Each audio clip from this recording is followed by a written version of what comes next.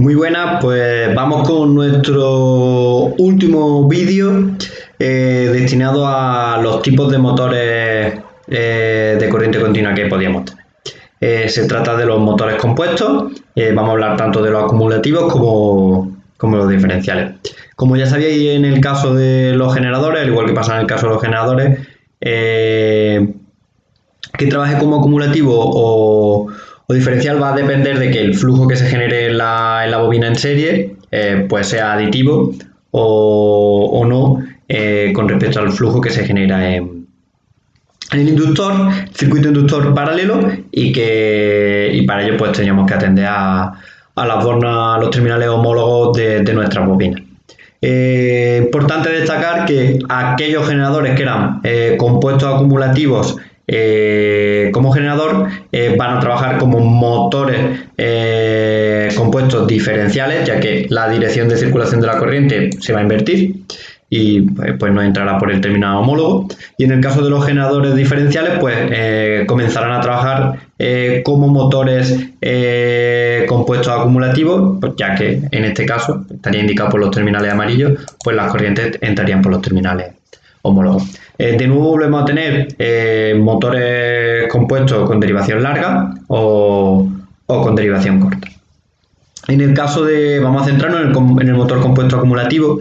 Luego explicaré por qué vamos a centrarnos en el motor acumulativo, y las ecuaciones que tenemos pues para definir su funcionamiento sería pues aplicar primera ley de Kirchhoff, ¿vale? En nuestro nudo, que nos daría la relación que existe entre las corrientes. Nuestra corriente de alimentación IL pues se va a dividir en una corriente del circuito inductor en paralelo y una corriente que entra en nuestro circuito inductor en serie y nuestro circuito inducido.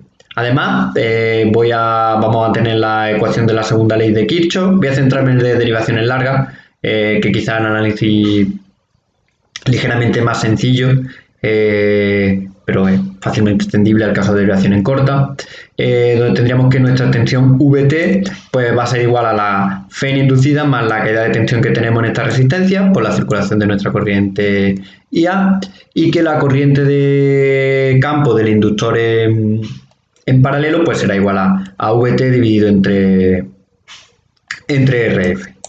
Si hablamos desde el punto de vista de la fuerza magnetomotriz que nos va a quedar en nuestro circuito compuesto acumulativo, ¿vale? Vamos a hacer un análisis igual que hicimos para generadores. La idea es obtener cuál es nuestra IF efectiva, ¿vale? Pues tendríamos que esta fuerza magnetomotriz será igual a la IF del circuito inductor en paralelo por el número de espiras que tenga este circuito, más el número de espiras que tenga nuestro circuito en serie por la corriente IA, menos la fuerza magnetomotriz generada por la reacción de inducido. ¿Vale? Pues esto nos va, en realidad, si volvemos a dividir entre el número de espiras de nuestra bobina en paralelo, como hacía en el caso del generador, nos va a permitir obtener una IF efectiva que será igual a nuestra IF que tenemos por el circuito inductor en paralelo, más una IF equivalente, ¿vale? Que va a afectar nuestra I efectiva, una I equivalente, pues que vendrá determinada por la corriente que circule por nuestra bobina en serie menos la reacción de inducido. ¿Ok? Entonces, cuando tengamos nuestra IF, pues tendremos que tener en cuenta que nuestra IF efectiva, es decir, la IF que va a determinar la Phen que yo tengo en mi circuito por su curva, en la curva que vemos de la Phen con respecto a la IF, pues tendré que tener en cuenta que no solo puedo considerar la IF del circuito inductor en paralelo, ya que hay otras partes del circuito que están encargadas o que participan en la generación de esta Phen, debido al efecto que tienen sobre el flujo de nuestro circuito. Si ahora nos centramos en el comportamiento de la curva característica, recuerdo que la velocidad frente a par, el motor acumulativo, compuesto acumulativo, tiene una serie de ventajas, ¿vale? La primera de las ventajas que tiene, lo primero que debo decir es que va a trabajar como un motor serie, un mix motor serie, motor paralelo, ya que en realidad está compuesto por uno de ellos. Y lo que va a hacer es que va a coger lo mejor de cada uno de estos dos motores. En cuanto a cuando tengamos corrientes de carga bajas, es decir, nuestra IA sea baja, ¿qué es lo que va a ocurrir? Pues que la generación de flujo por el circuito serie va a ser prácticamente despreciable y nuestro comportamiento va a venir determinado por la rama del inductor en paralelo, de cómo funciona nuestro motor. Eso va a hacer que no tenga el problema del desbocamiento para baja pared de carga, como pasaba en el serie, con lo cual se va a aproximar al funcionamiento de un motor en derivación. En cuanto al funcionamiento en bajas velocidades, es decir, par de arranque, cuando nuestra máquina está parada, nos va a permitir tener un par de arranque mayor que en el caso del motor en derivación, ya que la corriente que tengamos por nuestra corriente inducida, por nuestro inductor en serie, pues va a colaborar también en la generación de flujo magnético. A destacar del motor compuesto acumulativo, pues que funciona con lo mejor de cada uno de los motores que hemos visto hasta ahora. Tiene un buen par de arranque gracias a su funcionamiento en serie y no tiene desbocamiento sin carga porque en esas condiciones de funcionamiento se aproxima al funcionamiento del motor en derivación.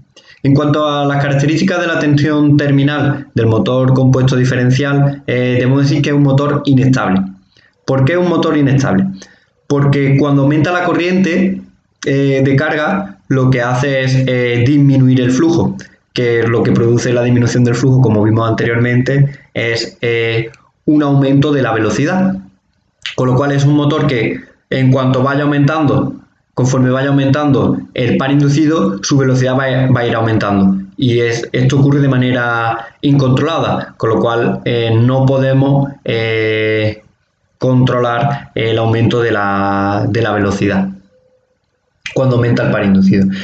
Esto hace que sea un motor que apenas se utilice, el motor compuesto diferencial. Bueno, con la presentación del funcionamiento del motor compuesto acumulativo terminamos la parte de presentaros los motores de corriente continua que existen. Me queda un último vídeo de la parte de teoría en el cual pues, os voy a explicar un poco de la regulación de velocidad que existen de los motores de corriente continua. Espero que os haya gustado el vídeo, que las dudas que haya sean mínimas y que si las hay, pues, no tardemos mucho en resolverlas. Y nada, os envío un saludo de nuevo. Hasta luego.